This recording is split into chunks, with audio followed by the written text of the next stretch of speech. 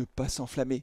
Ne pas s'enflammer. Ne pas s'enflammer. Ne pas s'enflammer. Surtout, surtout, ne pas s'enflammer. Flavien, tu restes zen. Ce n'est pas parce que on enchaîne avec une troisième victoire consécutive à l'extérieur. Ce n'est pas parce qu'on remonte au classement. Ce n'est pas parce qu'on prend plus de buts qu'il faut s'enflammer. Ne nous enflammons pas. Est-ce que je m'enflamme, moi? Franchement, est-ce que c'est le style de Carton Rouge TV de s'enflammer?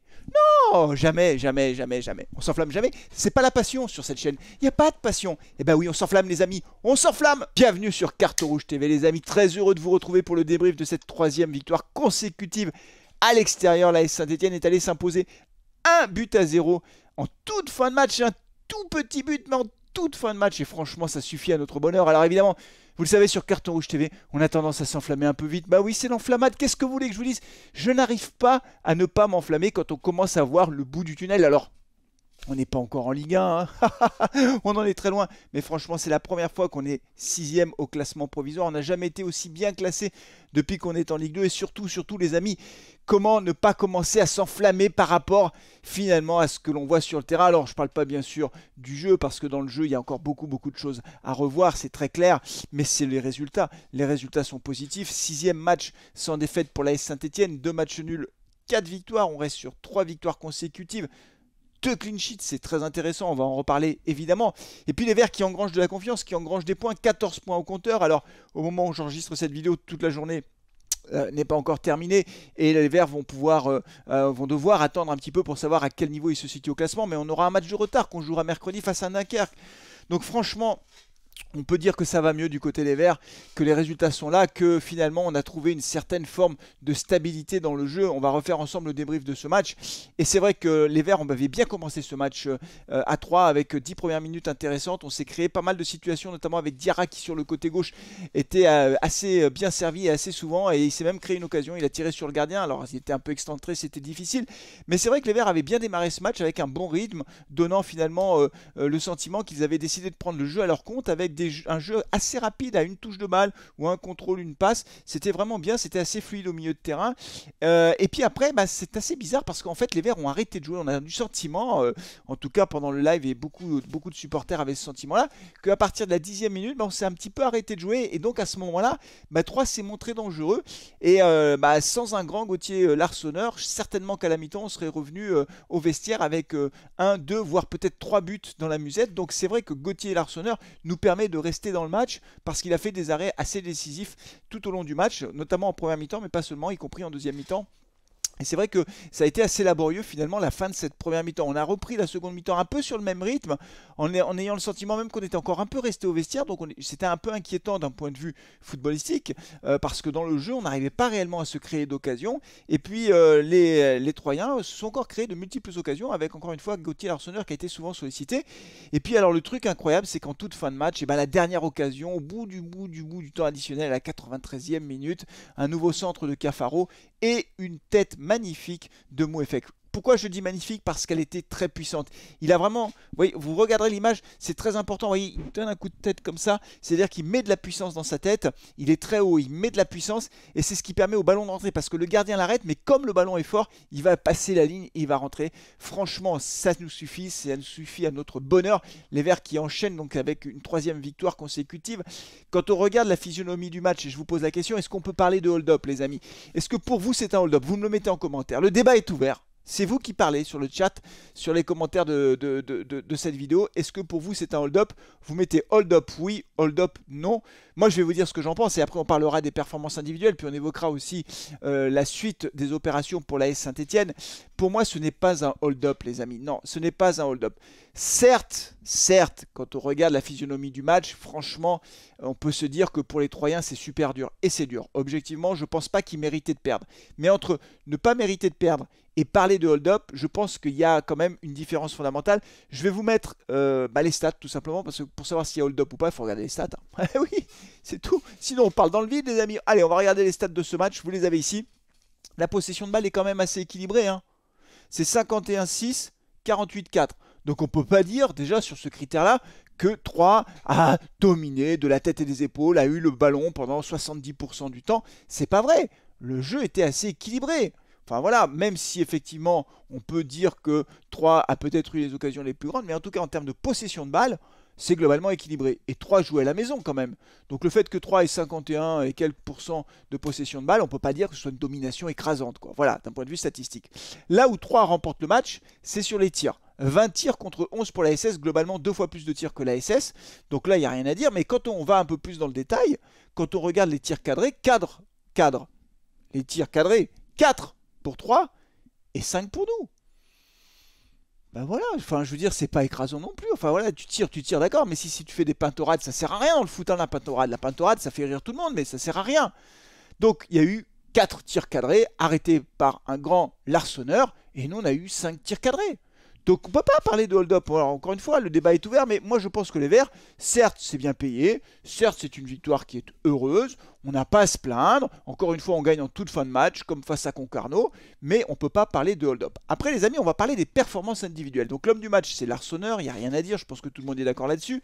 A noter quand même qu'il a refusé le trophée d'homme du match à la fin du match, je ne sais pas pourquoi, c'est la première fois qu'un joueur refuse le trophée d'homme du match. Si certains d'entre vous ont l'explication, qu'ils me le disent, peut-être que c'est une réaction au fait que Mouefek n'ait pas eu le droit de parler au micro de Beansport. Je ne comprends pas pourquoi le club lui a interdit de prendre la parole. Visiblement, c'est ce qui s'est passé. C'est très bizarre ça. Vous voyez, à Saint-Etienne, on a la capacité à nous créer des problèmes tout seul. On gagne, on remporte un match. Le buteur, comme il en est de tradition, va au micro du diffuseur télé pour dire ce qui s'est passé. Et là, on lui dit non, toi, tu parles pas. Bien sûr qu'il n'a pas renouvelé son contrat, mais c'est pas la peine de l'empêcher de parler, c'est complètement idiot en fait. Tu ne fais qu'alimenter la rancœur.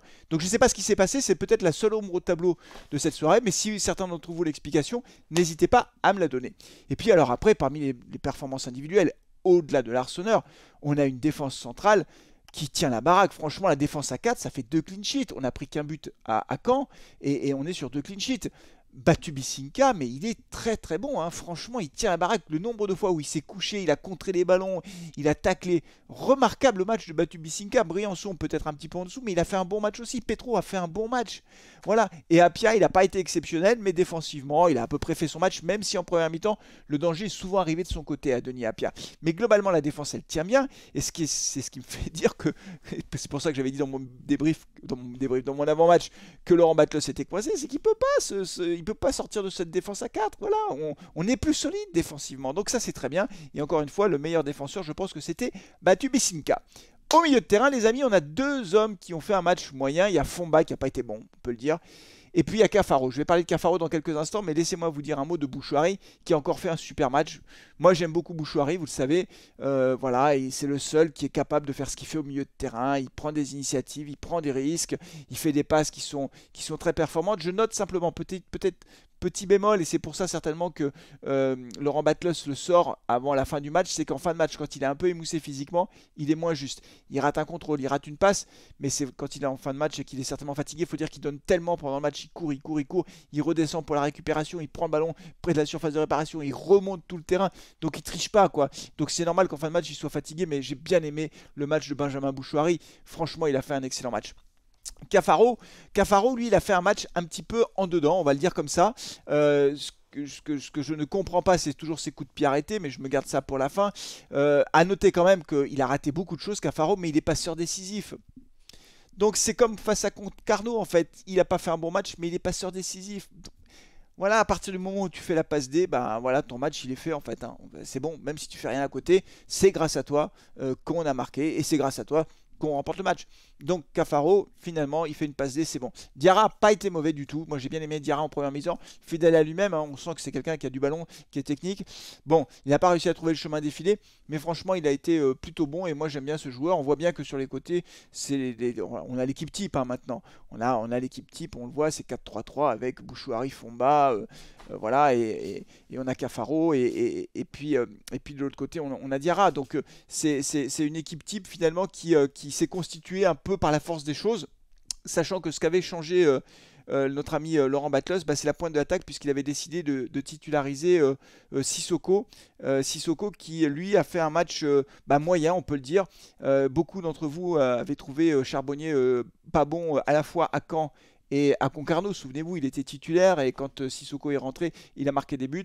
On voit bien que c'est très difficile en fait de jouer seul en pointe dans un système de jeu comme celui-là, parce que tu as peu de ballons. Il a beaucoup joué dos au but avec le défenseur qui était derrière lui qui faisait des fautes. Donc c'est vrai qu'il a eu du mal finalement à se créer des occasions.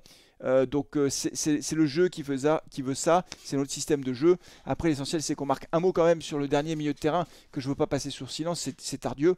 Tardieu qui vraiment s'affirme comme la tour de contrôle de cette équipe stéphanoise au milieu de terrain. Il a vraiment apporté, notamment je pense psychologiquement.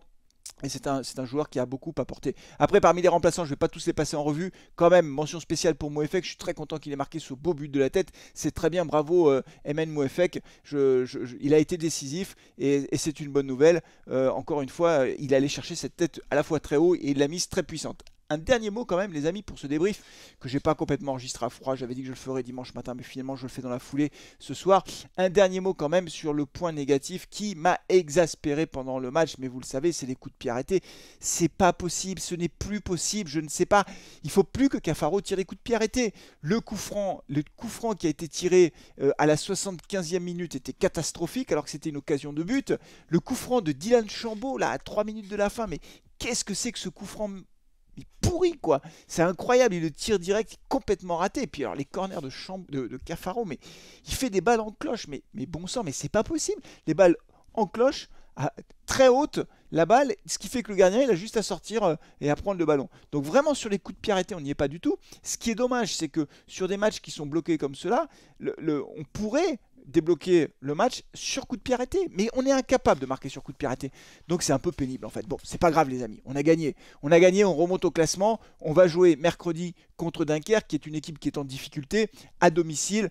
Si on s'impose face à Dunkerque, alors là on pourrait potentiellement monter dans le top 3 ou le top 4, et là franchement ça y est, la saison est vraiment lancée et on peut se mettre un petit peu à rêver à faire une saison qui nous porterait dans les 5 premiers. Pour l'instant, j'ose pas parler d'autre chose parce que c'est vrai que dans le jeu, c'est pas flamboyant. Mais encore une fois, je m'en fous de ça. Je m'en fous complètement. Si on gagne 1-0 à chaque fois, moi je signe tout de suite. Vous voyez, je prends le papier. Alors, Fabien Levy, oui, je suis d'accord pour avoir des matchs pourris que l'on gagne 1-0. Voilà, clac, c'est signé les amis. C'est tout pour ce débrief. Merci de l'avoir suivi. N'oubliez pas de vous abonner à la chaîne si ce n'est pas déjà fait, de liker la vidéo. D'ici l'avant-match, on se retrouve donc très vite puisque ce sera mercredi. Prenez soin de vous, de vos proches et allez les Verts. Ciao.